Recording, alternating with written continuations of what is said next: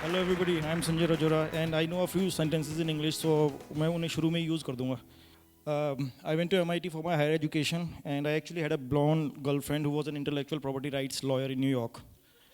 और ये सब झूठ है, मुझे इतनी अंग्रेजी आती है. हम गए थे कॉर्पोरेट में, मैं जीप में जा रहा हूँ, सामने से एक लड़का आ रहा है. शेर कहाँ है? शेर नहीं दिख रहा. मैं सामने से, मेरे को इतना लंबा तिलक लगा रखा था, मेरे को कहता भाई साहब दर्शन हुए क्या?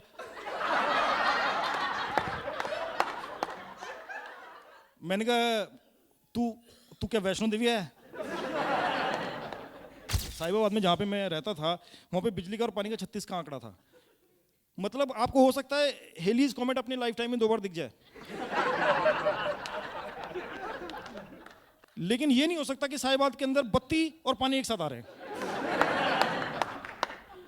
अब वॉशिंग मशीन आ गई, लाइट आ रही है तो पानी नहीं आ रहा, पानी आ रहा तो लाइट नहीं आ रही, मशीन ऐसी बेचारी खड़ी हुई थी वहाँ पे. एक दिन मैं सो के सुबह उठा, घुर घुर घुर आवाज आई. मैंने कहा क्या हो गया क्या हो गया? मेरे पिताजी देखा पूरे घर के कपड़े ना वॉशिंग मशीन में डाले. मैंने क्या हो गया भाई? बिजली आ रही है, पानी आ रहा है, वॉशिंग मशीन दो सबको. तो इत्तेफाक हो गया यार, कपड़े धुल के सारे के सारे घर के. नेक्स्ट डे में उठा, फिर से गुड़गुड़ हो रही थी. बाई चांस है दूसरे दिन भी पानी भी आ गया, लाइट भी आ गई.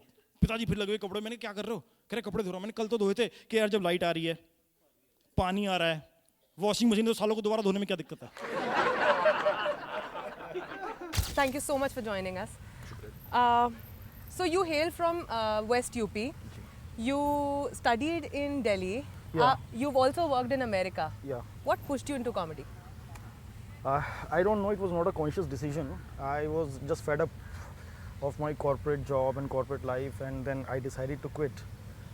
And then I didn't choose to be a comic, as they say. You know, I always was a storyteller. I used to tell stories, and a lot of things around me affect me in many ways. And I try to tell those stories wherever I can, and somehow this thing happened. I went for an open mic, and that's how it started. But was there a defining moment where you thought, no, I have to be a stand-up comic, forget everything else, I'm pursuing this as a profession now? No, there was no such moment here. So, as I said, things just happened, and I started liking it because then it gave me a platform to speak to an audience. And earlier, I used to speak with my friends. All of them are comics, by the way, Okay. like my childhood friends. And then when you get a larger audience, I always loved stage. Okay. So, yeah, it all fell into place. So there was no defining moment as such. हो गया बस. हम ये गरीब घर के लड़के थे. हमारे घर में ना एसी था, ना इन्वर्टर था, ना कूलर था. पंखा घूमता था एक, जो कि गाजियाबाद में रहने से 16-17 घंटे तो लाइट आती नहीं थी, 3-4 घंटे आती थी. तो इस 3-4 घंटे में हम सोचे सो लो. इतने मोटे मोटे मच्छर के अगर आपकी आंख लग जाए तो उठा के ले जाएं. और वो पंखा cut cut cut cut cut घूम रहा है. घूमते घूमते बंद हो गया. वो तेरी चली गई यार. सब बुरे बिस्तरा उठा के छत पे जाके लेटते थे. अब जैसे ऊपर जाके लेके आ गई फिर नीचे भग के लेटे ही थे. अरे तेरी क्या, फिर चली गई यार. ऐसे करके वो 3-4 घंटे बत्ती आती थी, और सुबह 4 बजे वो बाप आके जो है ना, वो पंखा बंद कर जाता था.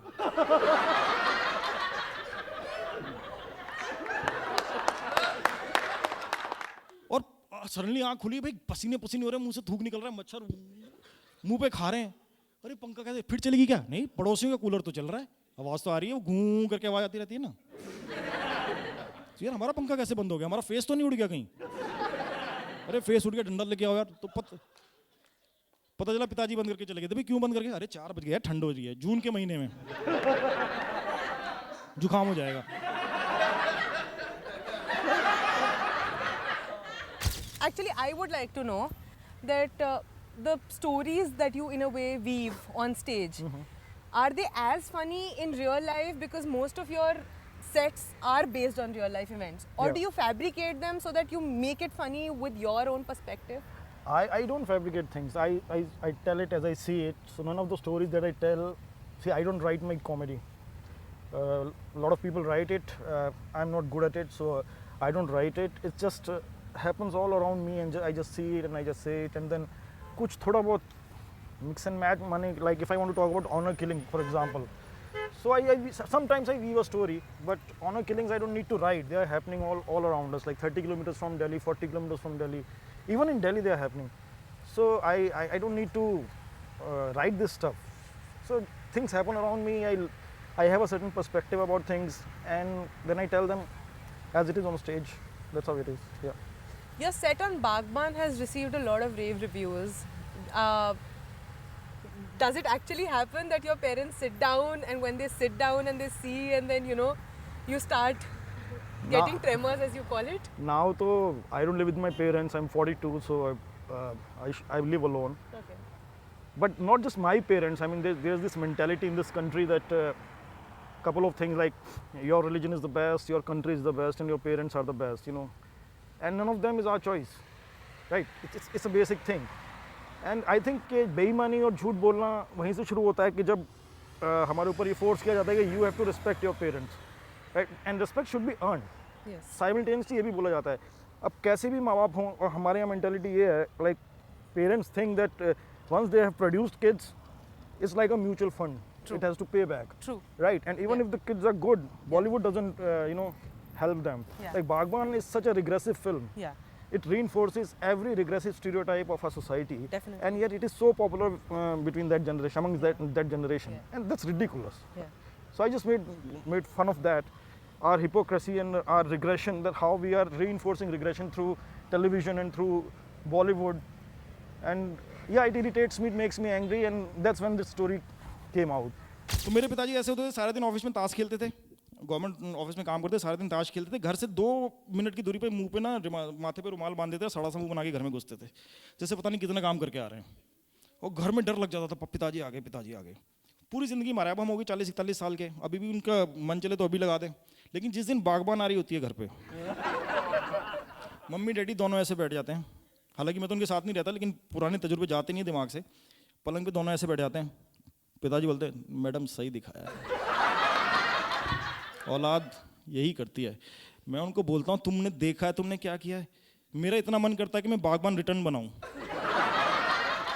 तो ये इनके ऊपर एक बागबान रिटर्न बिल्कुल बननी चाहिए, इनके जुल्म देखना। आपने बागबान में भी देखा है, अमिताभ बच्चन बैठ के टाइपराइटर पे खट खट खट खट करे जा रहे हैं रात को, खट खट खट, उसका लड़का है कि क्या कर रहा भाई, उसकी शक्ल देखी, हाँ? बेटा अपनी कहानी लिख रहा था, उस बेटे ने गलत बात करी, उसने बोला कि भाई आपकी बहू सुबह उठ के आपको खाना देती है, हैं, आपकी बीवी को देती है, बच्चों को स्कूल के लिए तैयार करती है, सबके लिए नाश्ता बनाती है, फिर ऑफिस जाती है, सारा दिन काम करती है, रात को सोना चाहिए, तेरे को यहीं खटखट करनी है। और मैंने देखा है, एक पिक्चर आई थी आज मैं दिन में देखा था, जैसी करनी वैसी भरनी, जिसमें कादर खान का लड़का था गुलशन ग्रोवर,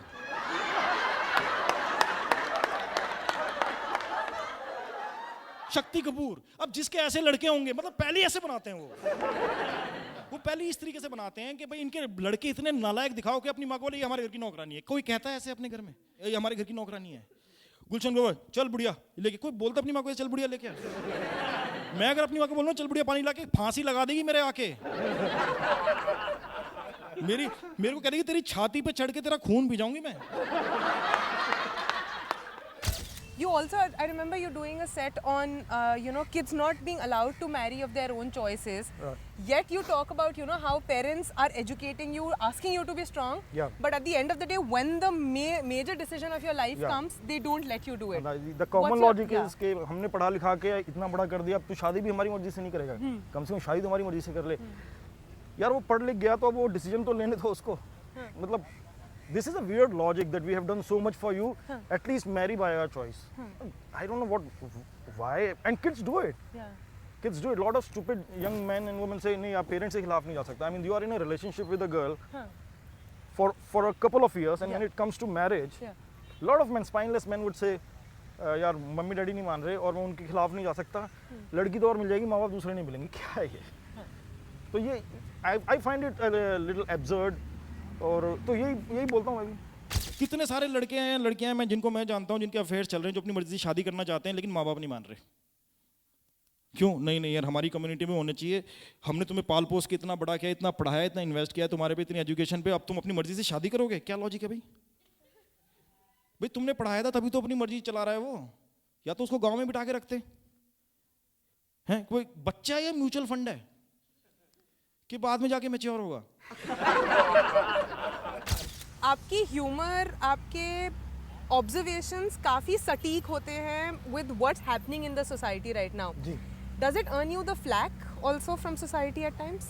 I actually अभी तक तो कभी हुआ नहीं है, but I don't care. I mean, I have nothing to lose in that sense. I didn't come here to make money. I don't do this to earn a reputation or something. Whatever happens, किसी को बुरा लग रहा है, अच्छा लग रहा है, मुझे कोई खास फर्क नहीं पड़ता. अगर बुरा लग रहा है तो मत सुनो, जाओ आप अपने घर. मैं तो नहीं आ रहा आपके घर में घुस के बोलने के लिए कि आप मेरी बात सुनो. You are coming, buying the ticket, you are coming and sitting in the auditorium, and then you cannot dictate the content that you want to hear. You are here to listen to me. This is what I want to say. अगर आपको बुरा लग रहा है तो लगता रहे. So, मुझे कोई खास फर्क पड़ता नहीं है. वैसे अभी तक कोई फ्लैग मिला नहीं है. अभी मिलेगा काठमांडू में. तो क्रिकेट का इन्होंने मजाक बना दिया. लास्ट टाइम जो वर्ल्ड कप हुआ था हिंदुस्तान में, उसका गाना देखा था आपने, एड़े पेड़े दे घुमा के, गुत्ती गुत्ता दे घुमा के, पीटो मारो कूट दो. यार मैं श्यामलाल कॉलेज में पढ़ा हूँ, जो हमने 1992 में दयाल सिंह कॉलेज की जो स्पेशल पीटी थी, तब हमने कहा था दे घुमा के दे घुमा के. हमको मद्रासियों के कोलावरी डी से काम चलाना पड़ रहा है. वो गाना रेज हो गया इस कंट्री के अंदर यार. कोलावरी डी को उसका मतलब समझाएगा मेरे, वो कहना क्या चाह रहा है. पहले जब हम हिंदी पढ़ते थे तो उसमें प्रसंग सहित व्याख्या करें कि कवि इसमें कहना क्या चाह रहा है. अब कोलावरी डी की प्रसंग सहित व्याख्या करके दिखाए कोई मेरे को आके. अरे हमारे बाप इतने अत्याचारी थे कि उनको इतना शौक था कि हम अंग्रेजी बोले. 1982 में एशियन गेम्स हुए तो हमारे घर में अपट्रॉन का ब्लैक एंड व्हाइट टीवी आ गया. अब पिताजी उसमें कुछ नहीं देखने देते थे. एक रात को प्रोग्राम आता था आई लव लूसी. उस आई लव लूसी में क्या था, वो कैंड लाफ्टर होता था. अंग्रेजी का सीरियल था, वो बीच में हा करके हंसने लग जाते थे. मेरा बाप मेरे और मेरे भाई को बिठाया था कि ये देखो, और फिर ऑब्जर्व करता था कि उसी टाइम हंस रहे हैं या नहीं जब उसमें हंसी आ रही है.